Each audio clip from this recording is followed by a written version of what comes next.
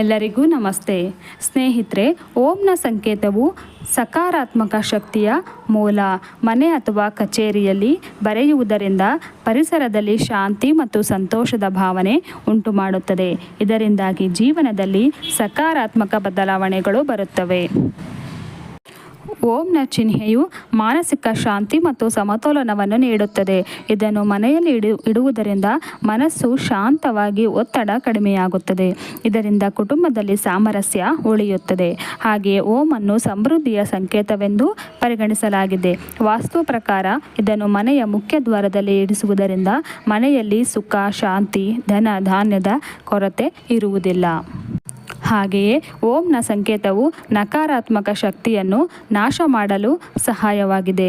ಇದು ಮನೆಯಲ್ಲಿ ಸಕಾರಾತ್ಮಕ ವಾತಾವರಣವನ್ನು ಉಂಟುಮಾಡುತ್ತದೆ, ನಕಾರಾತ್ಮಕ ಶಕ್ತಿಗಳನ್ನು ದೂರವಿರಿಸುತ್ತದೆ, ಸಕಾರಾತ್ಮಕ ವಾತಾವರಣ ಕಾಪಾಡಿಕೊಳ್ಳುತ್ತದೆ. ಹಾಗೆಯೇ ಓಂನ ಸಂಕೇತವು ಮನೆಯಲ್ಲಿ ಇರಿಸುವುದರಿಂದ ದೈಹಿಕ ಮತ್ತು ಮಾನಸಿಕ ಆರೋಗ್ಯದಲ್ಲಿ ಸುಧಾರಣೆಯಾಗುತ್ತದೆ. ಇದು ಶಾಂತಿಯ ಭಾವನೆಯನ್ನು ಉಂಟು ಮಾಡುವುದಲ್ಲದೆ ಆರೋಗ್ಯ ಸಂಬಂಧಿ ಸಮಸ್ಯೆಗಳನ್ನು ಸಹ ದೂರ ಮಾಡುತ್ತದೆ. ಹಾಗೆಯೇ ಈ ಚಿಹ್ನೆಯು ಮನೆಯ ಸದಸ್ಯರ ನಡುವೆ ಉತ್ತಮ ಸಂಬಂಧವನ್ನು ಕಾಪಾಡಿಕೊಳ್ಳಲು ಸಹಾಯ ಮಾಡುತ್ತದೆ.